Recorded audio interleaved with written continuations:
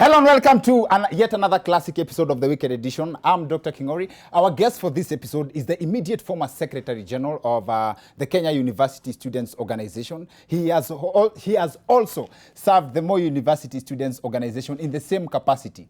This gentleman is also alleged to have been part of the committee that composed the English dictionary. For real. If you don't believe me, then here's the proof. I want to inform the government that the country is wallowing in the muck and mire of academic oppugnancy, juxtaposed with incompetence in the Ministry of Education. Yes. And we are aware, cock aware, that there is somebody somewhere in that ministry who is sleeping thoroughly. This means that he can also pass for if Kizungu Mingi was a person. Moses Tisa is in the house. Thank you. Thank you. Thank you. Asanteni sana. In a bid to prevent students from cheating in exams, this school in India forced students to wear boxes in their heads. Like, as in, wanavalishwa carton kwa kichwa. I think ni usiangalie side ama usiangalie side. But going by how sure the teachers were that the students were going to cheat, it means hawana akili. Which begs the question, hizo box ni za kufunika nini?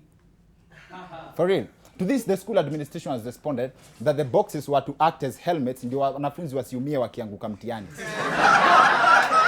For real.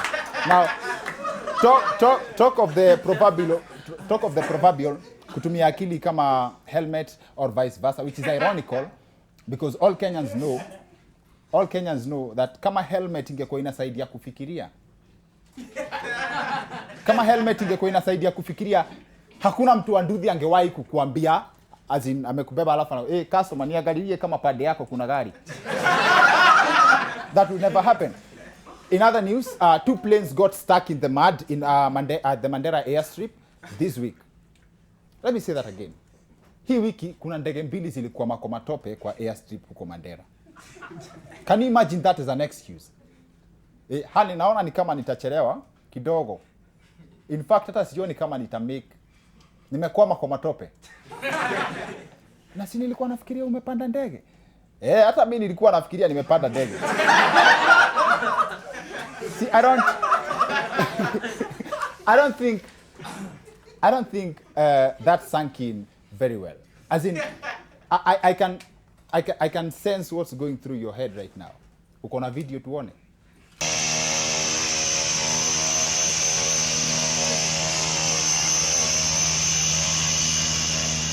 Exactly. That's the country we live in. And knowing our Kenyan mothers very well, najua kuna mwenye ameshapata idea kwa history ya ndege imekwama kwa matope. We, President Kingston, kuja uone news. Ulikuwa unasema unataka kukuwa pilot. Na hizo ma D- unapata kwa shule. Kumbe there is hope. Naona uende uajiriwe uko kwa airport wa kuajiri kama matope ndio angalau ushike ndege.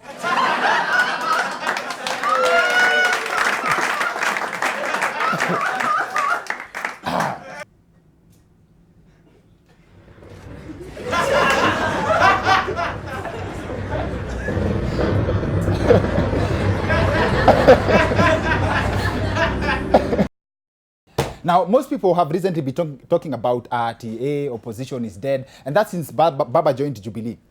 I beg to disagree respectfully. The opposition is in campus. Now, listen in to the tone used by campus leaders while addressing the government. If the government is not going to succumb to our demands, then no rest, no peace. We demand that our comrades who have been arrested, our Secretary General of Sonu Akajim, and other comrades who have been arrested to be released unconditionally. We further demand that the Inspector General of Police must resign.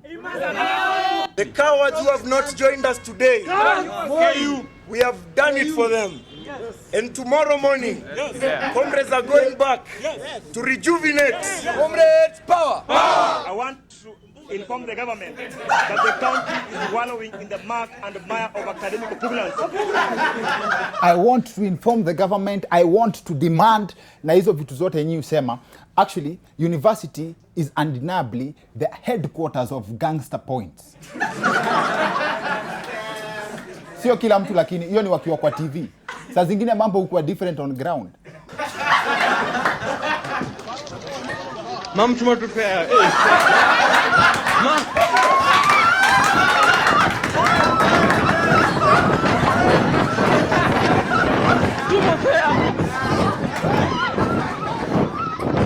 So hiyo kiburi yote iwenda wapi?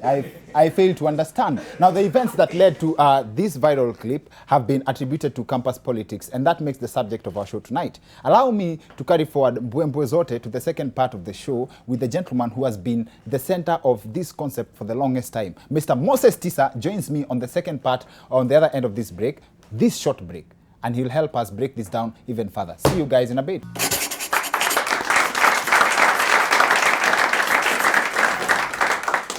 Welcome back to the Wicked Edition. I'm Dr. Kingori. The subject on our show tonight is campus politics, and our guest is Moses Tisa. That's makofi yako. Asante sana. Thank you. You're fine. Oh, hiyo ni comrades power side. I'm testing your powers. Oppugnancy is actually an English word. Yeah, it is.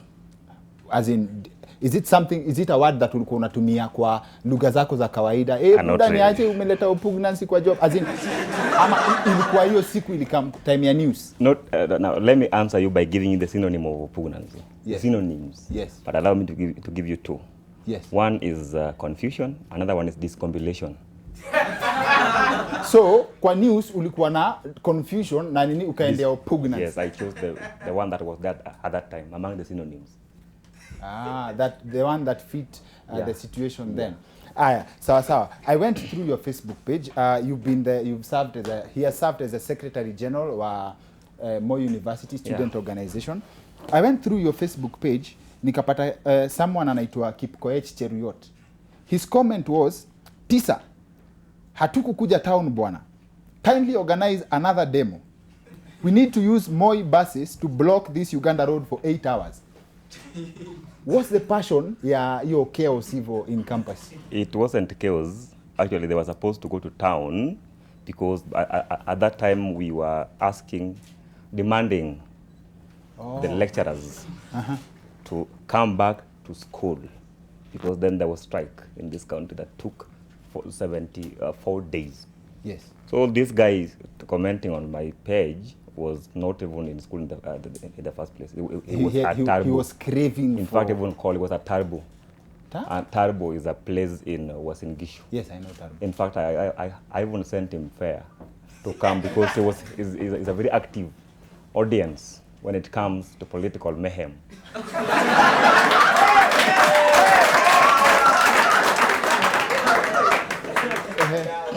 So it's actually a style. Your fracas nini yote is part of the and of game. course, you see one, leadership first and foremost comes with the pomposity and razzmatazz, complete with the oppugnancy.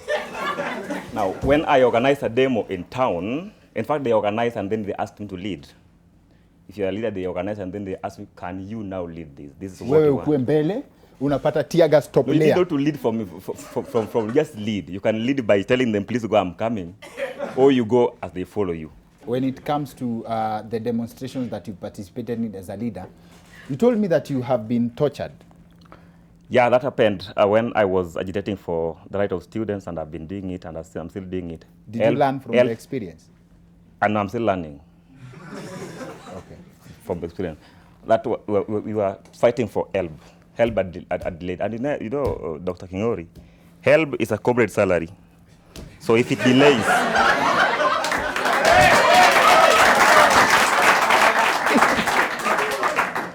if it delays, it actually throws a comrade into a situation of game peckerers.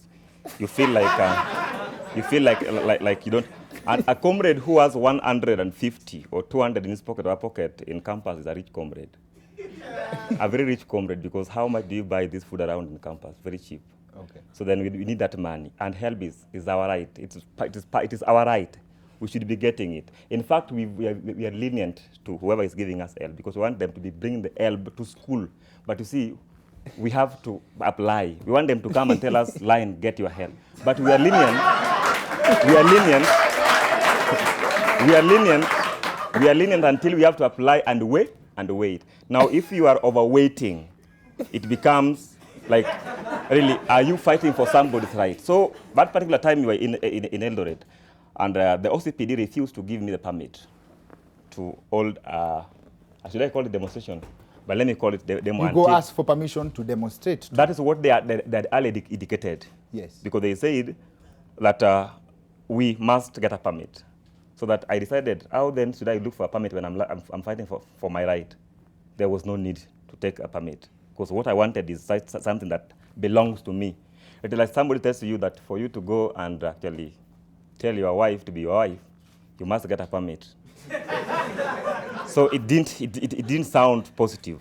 So I had just to go with my people, and we had a demonstration. So then, before I knew it, my legs had left the ground. Okay. Yeah. I was forced to divorce the ground at that particular time. But that's not torture, that's being lifted. And then I'm telling you what happened afterwards. Okay. Yeah. What happened So afterwards? then I had to be taken to a very dilapidated room where I was told to wait until further notice.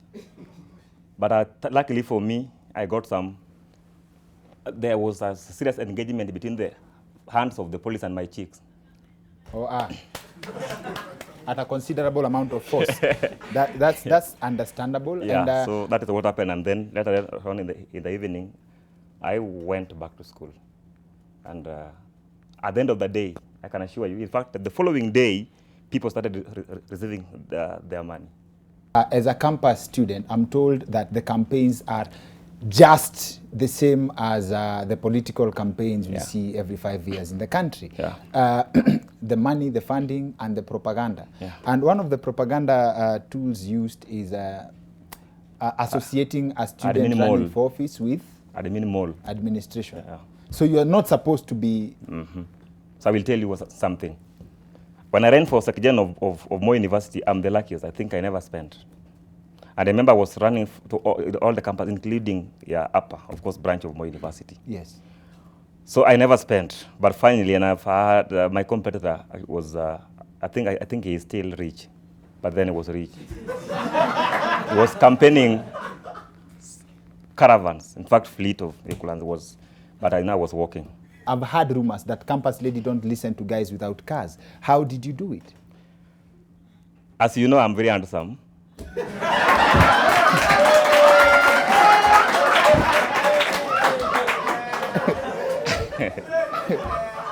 But again, that is not what I wanted to say. Honestly speaking, this is how campus politics is done. You tell comrades what they want to hear. For instance, if you are running for a political seat in campus, for those who lost, I've heard people say that they ran and lost. And in fact, a comrade does not lose the election. They only postpone victory. So correct that. Now, for those who ran and postpone victory, this is what normally happens. If you are too truthful, of course, yes, a comrade wants you to tell him that you elect me and the next thing I'm going to do is to bury the VC alive. Because there is that bad blood between comradeship, fraternity and the administration. And we think as comrades that these people don't want us. And we don't even know why they don't want us, and we pay them. So you wonder. And I also think that there's how comrades don't want them. So when you stand before the comrade and tell them that when you elect me, mine is to go there and bury the vice chancellor, or mine is to go there and ensure that this road is done, or mine is to go there and ensure that the supplementary, of course I want to talk about, the supplementary fee is not charged.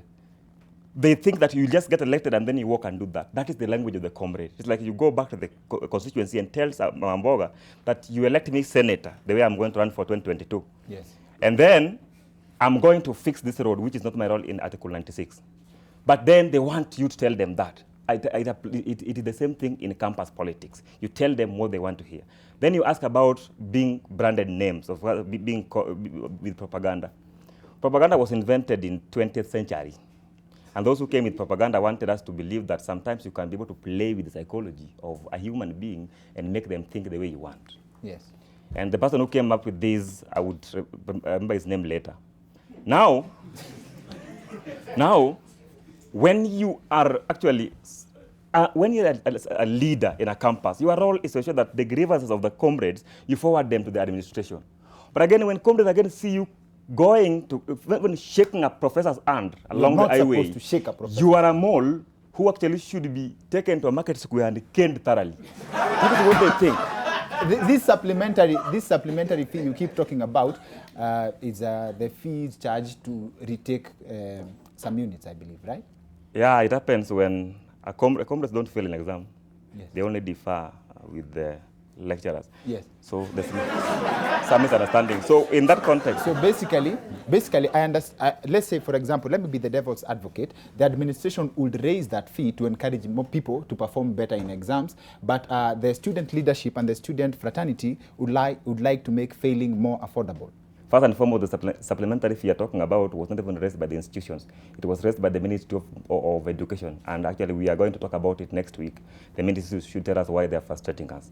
The second supplementary fee is this one that when a comrade misses a particular, in fact, the comrade was supposed to get 50%, but due to unavoidable circumstances, and there are so many anyway, a comrade gets Like below what? that. Yeah? Like what? Of course, sometimes the answer you are giving the lecturer is not the one he wanted, but that is the answer.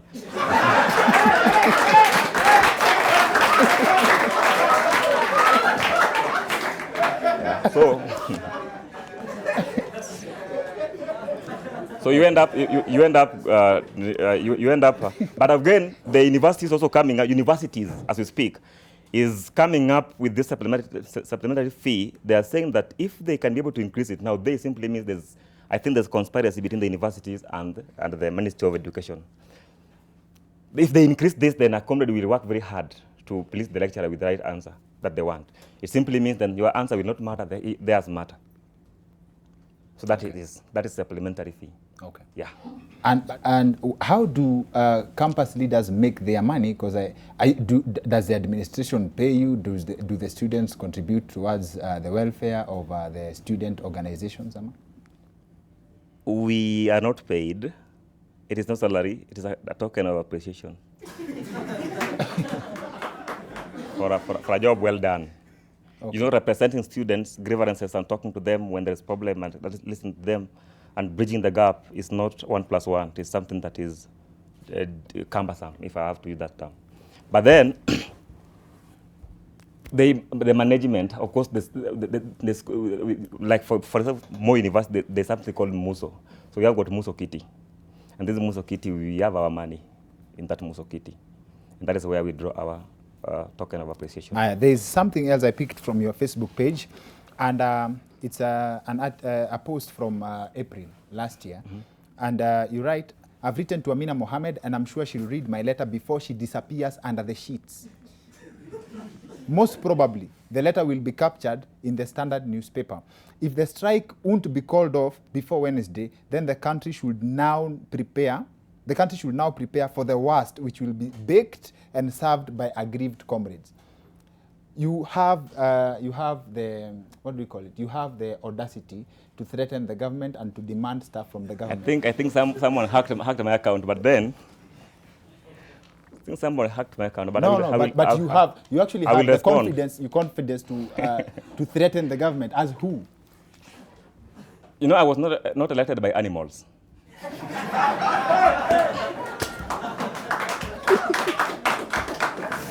When a student leader, and this the testimony, wakes up in the morning, let's say that there's a planned demonstration. They don't plan, actually, they plan to go and tell comrades that, look, we have a problem, but then what about if you do this, this, this, and this? That is when you are in the house, you've dressed up, and you want to go out. The moment you arrive at this venue, that comrades are now there and you are here, you suspend what you thought and you say what they need now to hear. You see? That is why, allow me to say this, Babu is my best friend. Whenever he takes the podium, you see, whatever he says is not what he planned. Because he comes and tells you about truth and use some, actually, bad language about truth. He changes. But that is not what he said. That is what people want to hear. You see? But that is not what he himself wants to hear. Now, what he wants to hear is what he said before he woke up, before he went out. Okay. That is politics, you see, which you must subscribe to. You are a pastor, you might not understand. But then, at that particular time, I was addressing Amina Mohammed based on the problem that communists were going through. And after that, for information, I was the secretary of KUSO. We had a meeting in Nairobi here, and the chairman was Anthony Manyara. We had a meeting in Nairobi here with Amina Mohammed, and we discussed this issue. By then, they even said that if you have not paid help and you're a graduate, you should be arrested. But then we went, we had a discussion with Amina Mohammed, and then we came out with solution.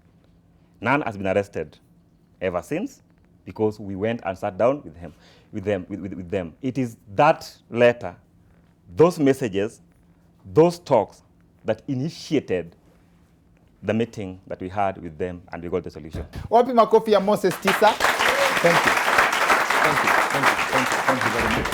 Thank you very much. That's it for the weekend edition. See you next week. My name is Dr. Kingori.